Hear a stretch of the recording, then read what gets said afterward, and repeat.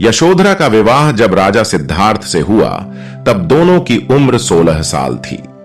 यशोधरा अपने पति के कामकाज और उनके मन की उलझनों का पूरा ख्याल रखती थीं। जब भी राजा सिद्धार्थ आम आदमी के दुखों और वास्तविकता का पता लगाने कहीं बाहर जाते तो यशोधरा हमेशा उनके साथ रहती थी। लोगों की चिंताओं को लेकर दोनों आपस में चर्चा भी करते थे। यशोधरा को कई मौकों पर सिद्धार्थ के सन्यासी जीवन अपनाने को लेकर चेतावनी मिल चुकी थी। यहां तक कि यशोधरा के पिता ने उन्हें सिद्धार्थ के शाही जीवन त्यागने और सांसारिक सुखों को छोड़ने को लेकर आगाह किया था। यशोधरा भी अपने पति के सन्यासी जीवन के प्रति उत्सुकता को पहचान गई थीं। सिद्धार्थ को डर सताता था कि दूसरे लोगों की तरह वह भी एक दिन मानव जीवन की समस्याओं जैसे बीमारियों, बुढ़ापा और मृत्यु का शिकार हो जाएंगे। शादी के 13 साल बाद जब यशोधरा ने अपनी इकलौती संतान को जन्म दिया तब सिद्धार्थ शाही जीवन त्यागने का फैसला कर चुके थे। उन्होंने अपने बेटे का नाम राहुल रखा था, जिसका मतलब होता है बाधा। दरअसल राजा सिद्धार्थ को लगा कि उनकी यह संतान उन्हें पत्नी के साथ बंधे रहने के लिए मजबूर कर सकती है और उनके आत्मज्ञान की खोज में बाधा डाल सकती है। जब यशोधरा को पता चला कि उनके पति शाही और पारिवारिक जीवन को त्याग कर आत्मज्ञान की खोज में निकल पड़े हैं तो वह हैरान रह गईं। हालांकि इस दुख को बर्दाश्त करने के लिए उन्होंने खुद को तैयार कर लिया था और एक बहादुर महिला बनकर पति के फैसले को स्वीकार किया। जो लोग यशोधरा को दया की दृष्टि से देखते, उन्हें यशोधरा का एक ही जवाब होता, हमें जीवन में कुछ बड़ा हासिल करने के लिए छोटी छोटी चीजों का त्याग करना पड़ता है।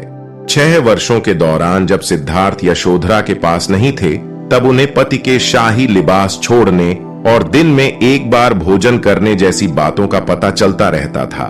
इस दौरान यशोधरा ने भी शाही पोशाक, गहने और महंगी चीजों का त्याग कर दिया था।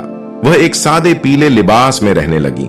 वह महल में अपना शाही कमरा छोड़कर बगीचे में एक छोटी सी झोपड़ डालकर रहने लगी। यहां उनके साथ उनका बेटा राहुल भी रहता था। वो न सिर्फ फर्श पर सोती थी बल्कि दिन में एक ही पहर खाना खाती थी।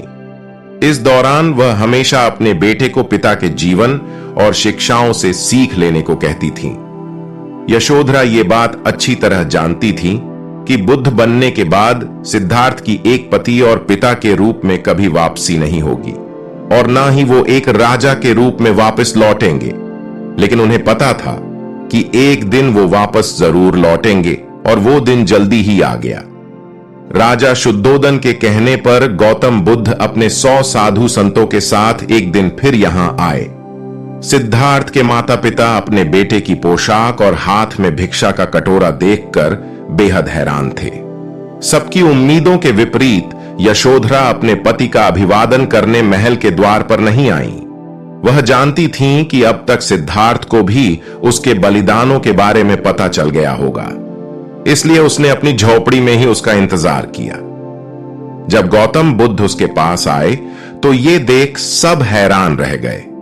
यशोधरा ने उनका अभिवादन किया और उन्हें गले से लगाने का आग्रह किया। इसके बाद वह पुत्र राहुल को उनके पास उत्तराधिकार के लिए लेकर गई। गौतम बुद्ध उन दोनों को अपने साथ आत्म साक्षात्कार के मार्ग पर ले गए। जल्दी ही यशोधरा भी साधु संतों की टोली में शामिल हो गई और मोक्ष पाने की दिशा में आगे बढ़ गई। कहा जाता है कि इसी दिशा में आगे बढ़ते हुए वह एक भिक्षुणी बन चुकी थी।